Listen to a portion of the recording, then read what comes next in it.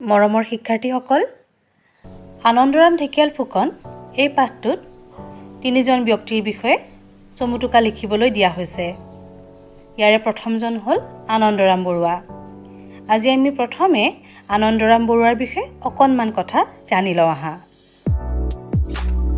সংস্কৃত ভাষা সাহিত্যৰ বিকাশৰ ক্ষেত্ৰত বিশেষ ভূমিকা গ্ৰহণ কৰা এগৰাকী উল্লেখযোগ্য অসমীয়া ব্যক্তি আনন্দৰাম বৰুৱা।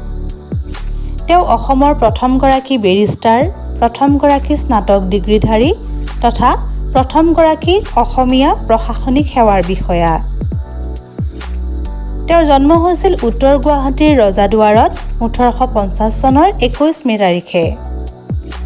সৰুৰে পৰা মেধাসম্পন্ন আনন্দৰাম বৰুৱাই কৰ্মকে জীৱনৰ সাধনা হিচাপে গ্ৰহণ কৰিছিল। কৰ্মৰ প্ৰতি থকা নিষ্ঠাৰ বাবেই তেওঁ জীৱনৰ সকলো কামতে সফলতা অৰ্জন কৰিবলৈ সক্ষম হৈছিল। ল'ৰালি কালতে তেওঁ সংস্কৃত অভিধান অমৰ কোষখন মুখস্থ কৰি পেলাইছিল। জ্ঞানৰ প্ৰতি থকা অসীম আগ্ৰহৰ বাবেই আজিৰ পৰা 150 বছৰৰ পূৰ্বে তেওঁ সুদূৰ ইউৰোপলৈ শিক্ষা গ্ৰহণৰ বাবে গৈছিল।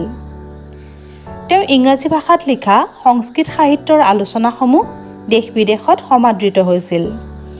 তদুপৰি তেওঁ সংস্কৃত সাহিত্যৰ অধ্যয়নৰ সুবিধাৰ হকে অভিধান আৰু ব্যাকৰণো প্ৰণয়ন কৰিছিল।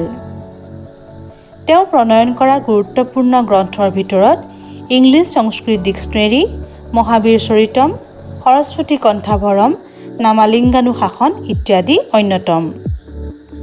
1889 চনৰ 19 জানুৱাৰী তাৰিখে তেওঁৰ মৃত্যু হয়। উল্লেখযোগ্য যে ডক্টৰ সূৰ্যকুমাৰ ভূঞাই আনন্দৰাম বৰুৱা নামৰ তেওঁৰ জীৱন আধাৰিত এখন গুৰুত্বপূৰ্ণ গ্ৰন্থ ৰচনা কৰিছে।